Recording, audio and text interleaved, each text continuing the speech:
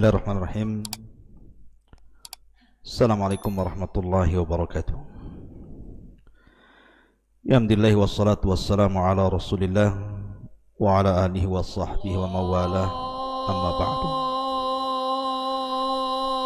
Ma'asyiral muslimin yang dimuliakan Allah Subhanahu wa taala, alhamdulillah di malam hari ini kembali kita bermajelis ilmu dari Masjid Jabal Uhud Tiban Kampung Batam, Kepulauan Riau. Salawat dan salam tak lupa kita aturkan kepada Rasul kita yang mulia alaihi salatu wassalam. Allahumma salli ala Muhammad wa ala alihi wa sahbihi wa man sara ala nahji ila yaumiddin. Pembahasan di malam hari ini kita akan membahas kenapa Nabi SAW tidak pernah azan walaupun satu kali. Padahal syariat azan itu adalah syariat yang disyariatkan Nabi SAW kepada kita. Tapi kenapa pula Rasul tidak pernah azan walaupun satu kali dalam hidupnya? Pertanyaannya, kenapa? Ma'asyiral muslimin yang dimuliakan Allah Subhanahu wa taala. Sebelum saya menjelaskan alasan-alasannya, azan ini adalah amalan yang sangat agung sekali. Dan Nabi SAW memiliki 4 muadzin sepanjang sejarah hidupnya. 3 di kota Madinah dan 1 di kota Mekah. Adapun di kota Madinah terbagi di 2 masjid. Pertama Masjid Quba dan yang kedua Masjid Nabawi. Adapun di Mekah ma'ruf, di sana ada Masjidil Haram. Di Masjidil Haram Nabi SAW memerintahkan Abu Mahdhurah radhiyallahu an untuk menjadi muadzin tetap. Dan dari sini Nabi SAW mengajarkan kalimat taswib, as-salatu khairun minan naum. Kemudian Nabi SAW menempatkan muadzin kedua di Masjid Nabawi. Pertama Bilal ibn Rabah yang disebut dengan Imamul Muadzinin, imamnya para muadzin. Dan yang kedua Abdullah ibnu Ummi Maktum. Adapun di Masjid Quba Nabi SAW menempatkan Sa'ad al-Qaradi. Sa'ad al-Qaradi adalah maula Ammar ibn Yasir. Itulah 4 muadzin yang pernah ada di zaman Nabi SAW, walaupun yang sangat masyhur adalah Bilal ibn Rabah. Ma'asyiral muslimin yang dimuliakan Allah Azza wa Jalla, di antara fadilah azan yang pertama, azan adalah sebaik-baik ucapan manusia. Ketika Allah Subhanahu wa taala turunkan ayat, "Wa man ahsanu qawlan mimman da'a ila Allah wa 'amila salihan wa qala innani minal muslimin." Siapa lagi yang lebih indah ucapannya dibandingkan orang yang menyeru manusia ke jalan Allah dan beramal saleh dan mengatakan sesungguhnya saya termasuk orang-orang yang beriman? Ayat ini turun kepada para muadzin. Ketika Allah mengatakan wa man ahsanu qaulan, siapa lagi yang lebih indah ucapannya? Maksudnya dari para muadzin. Kemudian yang kedua, muadzin atwalu a'naqan yaumal qiyamah.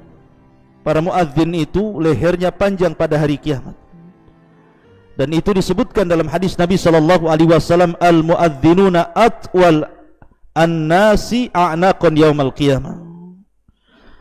Para muadzinlah atwalun nas, manusia yang paling panjang lehernya pada hari kiamat. Sebagian ulama ada yang membawa kepada zahirnya, artinya makna itu dilihat dari hakikatnya. Karena pada hari kiamat orang tenggelam dengan keringatnya, sehingga para muadzin ini tidak akan tenggelam kepalanya karena lehernya memiliki kepanjangan, artinya dia selamat dari tenggelam kepalanya.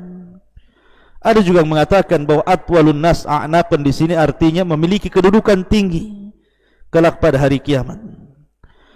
Kemudian juga yang ketiga, tidak secara langsung bahwa muadzin itu sedang mengusir syaitan.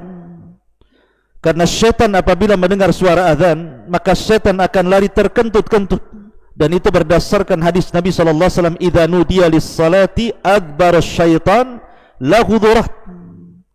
Jadi apabila seorang muadzin mengumandangkan azan, maka syaitan akan lari terbirit-birit sambil terkentut-kentut.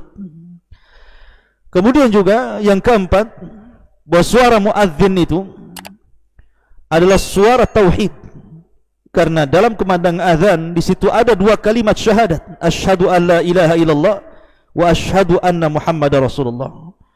Kemudian para muadzin akan diampuni dosa-dosanya dan akan dijamin masuk surga. Dan banyak lagi fadilah muadzin. Tapi pembahasan malam ini, kenapa Nabi SAW tidak pernah azan, walaupun satu kali. Padahal Nabi SAW yang menjelaskan keutamaan yang luar biasa tentang keutamaan azan ini. Tapi kenapa pula Nabi tidak azan? Yang pertama, sebab yang pertama, karena dalam azan itu ada panggilan hayya 'alas shalah. Dan panggilan hayya 'alas shalah, hayya 'alal falah ini perintah. Dan al-aslu fil amri yufidul wujub. Asal perintah dalam kalimat usul itu memiliki wajib. Kalau seandainya Nabi SAW mengumandangkan azan, kemudian ada seorang sahabat yang sampai tidak datang ke masjid, berarti sahabat ini telah melanggar perintah Nabi SAW. Dan bila sampai melanggar perintah Nabi SAW, masuk pada sabda Nabi SAW, kullu ummati yadkhulunal jannah illa man aba. Qila ya Rasulullah wa man yaba? Qala man ata'ani dakhalal jannah wa man asani faqad aba. Kata Nabi SAW, semua umatku pasti masuk surga kecuali orang yang enggan masuk surga. Sahabat bertanya, Rasul, siapa yang enggan masuk surga itu? Maka Nabi SAW mengatakan, siapa yang taat kepadaku dialah masuk surga, dan siapa yang enggan artinya tidak taat kepadaku, maka dia tidak akan masuk surga. Artinya kalau sampai tidak datang dari seruan hayya 'alas shalah, hayya 'alal falah yang dikumandangkan Nabi SAW, maka para sahabat terancam tidak masuk surga. Kemudian juga ayat Al-Quran Allah mengatakan, falyahdharil ladzina yukhalifuna an amri an tusibahum fitnah aw yusibahum adzabun alim.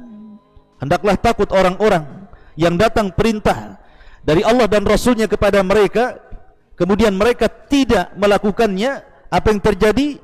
Falyahdharil ladzina yukhalifuna an amri. Hendaklah takut orang yang menyelisih perintah Rasul, an tusibahum fitnah, boleh jadi fitnah ditimpakan kepada mereka, au adzabun alim, ataupun azab yang pedih. Maka karena di sini ada perintah yang boleh jadi mungkin para sahabat ada yang tidak datang ke masjid karena sebuah uzur, ataupun karena tertidur, atau karena sebuah pekerjaan. Kalau sampai tidak datang terancam dengan hadis dan ayat ini. Makanya Nabi SAW tidak azan walaupun satu kali. Ini alasan yang pertama. Alasan yang kedua, bahwa Nabi SAW tidak azan karena Nabi SAW diutus oleh Allah da'iyan ilallah, untuk menyeru manusia.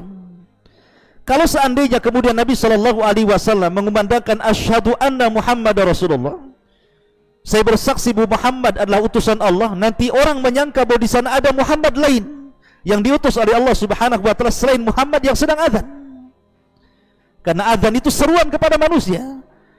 Saya ulangi, ketika Nabi SAW mengucapkan asyhadu anna Muhammadar Rasulullah dalam azannya, maka orang-orang yang mendengar akan menyangka di sana ada nabi yang namanya Muhammad dengan nama yang sama, dan bukan Muhammad yang sedang azan. Dari situ Nabi SAW tidak pernah azan. Karena dikhawatirkan ada salah persepsi bahwa di sana ada nabi selain Rasul SAW, sehingga Rasul harus bersaksi kepada orang yang namanya Muhammad itu. Ini yang kedua. Kemudian yang ketiga, alasannya kenapa Nabi SAW tidak azan, karena syariat azan itu adalah syariat yang dihasilkan dari mimpi. Jadi ada seorang sahabat Nabi SAW, karena permulaan, kita tahu permulaan syariat azan itu tidak ada. Ketika Rasul hijrah dan para sahabatnya ke Madinah, mereka datang begitu saja ke masjid tanpa ada seruan azan. Baru kemudian di antara para sahabat ada yang mengomentari, Rasul, bagaimana kalau kita buat lonceng? Yang lainnya mengatakan, Rasul, bagaimana kalau kita buat trompet? Yang lainnya mengatakan, Rasul, bagaimana kalau kita nyalakan api di bukit? Tapi yang lainnya dibantah dan mengatakan itu tasyabuh dengan Yahudi, Nasrani dan Majusi. Sampai akhirnya seorang sahabat Nabi SAW, pertama Umar bin Khattab radhiyallahu an, yang kedua Abdullah ibn Zaid. Jadi Abdullah ibn Zaid dan Umar bin Khattab ini bermimpi. Dalam mimpinya berjumpa dengan malaikat, kemudian diajarkan lafaz azan yang kita kenal hari ini. Kemudian keduanya datang kepada Nabi SAW dan melaporkan mimpinya, dan Rasul membenarkannya dan langsung mengatakan kepada Bilal, ya Bilal, adzin linnas, wahai Bilal, azanlah untuk manusia. Lah karena syariat azan ini dasarnya dari mimpi para sahabat yang dibenarkan Nabi SAW, makanya Rasul tidak azan. Tapi Rasul mewakilkan azan kepada Bilal, Abdullah ibn Ummi Maktum, Abu Mahdzura ataupun Sa'ad al-Qaradi, Maula Ammar ibn Yasir radhiyallahu anhum. Ini alasan yang lainnya. Kemudian juga alasan yang lainnya juga disebutkan oleh Syekh Al-Allamah Izzuddin ibn Abdissalam rahimahullahu taala. Beliau mengatakan bahwa azan ini sebuah amanah, sama dengan qomat, tidak boleh ditinggalkan. Kalau seandainya Nabi SAW azan 5 kali dalam sehari, zuhur, asar, maghrib, isya, subuh, macam mana Rasul akan berdakwah? Sementara Nabi SAW harus berdakwah ke kabilah-kabilah, harus menyurati kepada para raja, harus kemudian datang kabilah dari mana-mana, kemudian memutuskan urusan mereka. Sehingga kalau seandainya Nabi SAW sampai azan, jadi muadzin tetap sampai 5 kali sehari, macam mana dia akan berdakwah mengajak manusia ke dalam Islam? Makanya dari sini Nabi SAW tidak pernah azan, dan Rasul amanahkan azan itu kepada manusia. Tetapi para khulafaur rasyidin juga tidak azan. Abu Bakar tidak pernah azan, Umar tidak pernah azan, Utsman juga tidak pernah azan, Ali juga tidak pernah azan. Artinya Nabi SAW dan khulafaur rasyidin, khulafa yang 4, tidak pernah azan, tetapi mereka jadi imam. Dari sini Imam Syaukani rahimahullahu ta'ala ketika membahas mana yang lebih utama, muadzinkah ataukah imam, menjadi muadzin atau menjadi imam, kata beliau menjadi imam lebih afdal dibandingkan menjadi muadzin. Bukan berarti kemudian fadilah azan tidak ada, tetap fadilah azan itu memiliki fadilah yang banyak, tetapi kalau dibandingkan antara imamah dan juga azan, maka imam itu lebih utama dibandingkan muadzin. Makanya Rasul tidak pernah azan tapi dia imam. Abu Bakar tidak pernah azan tapi dia imam. Umar juga sama, Utsman juga sama, Ali juga sama, dan begitu seterusnya. Kemudian juga Imam Nawawi mengomentari dalam kitabnya Majmu' Syarhul Muhadzab, anna Nabiyya sallallahu alaihi wasallam wal khulafa ar-rasyidin min ba'dihi wa kibaril ulama min ba'dihim ammu wa lam yu'adzinu linshighalihim bimasalihil muslimin allati la yaqumu ghairuhum fiha maqamahum falam yatafarragu lil adhan wa mura'ata awqatihi wa ammal imamatu fala budda lahum min salatin. Kata Imam Nawawi, sesungguhnya Nabi SAW, para khulafaur rasyidin setelahnya, atau kibar ulama, banyak ulama-ulama besar setelah para khulafaur rasyidin, mereka tidak pernah azan tetapi mereka menjadi imam salat. Kenapa? Karena kesibukan mereka memperbaiki maslahat kaum muslimin, sehingga mereka tidak menjadi muadzin tetapi diberikan muadzini kepada yang lainnya, karena mereka tidak memiliki waktu untuk azan dan menjaga waktu-waktu salat. Adapun imam, kata Imam Nawawi, ammal imamatu fala budda lahu min salatin. Adapun imam, maka sebuah keharusan mereka menjadi imam bagi salat manusia. Inilah diantara kenapa Nabi SAW tidak azan walaupun 1 kali seumur hidupnya. Subhanakallah bihamdika asyhadu an la ilaha illa anta astaghfiruka wa atubu ilaik. Allahu ta'ala alam. Assalamualaikum warahmatullahi wabarakatuh.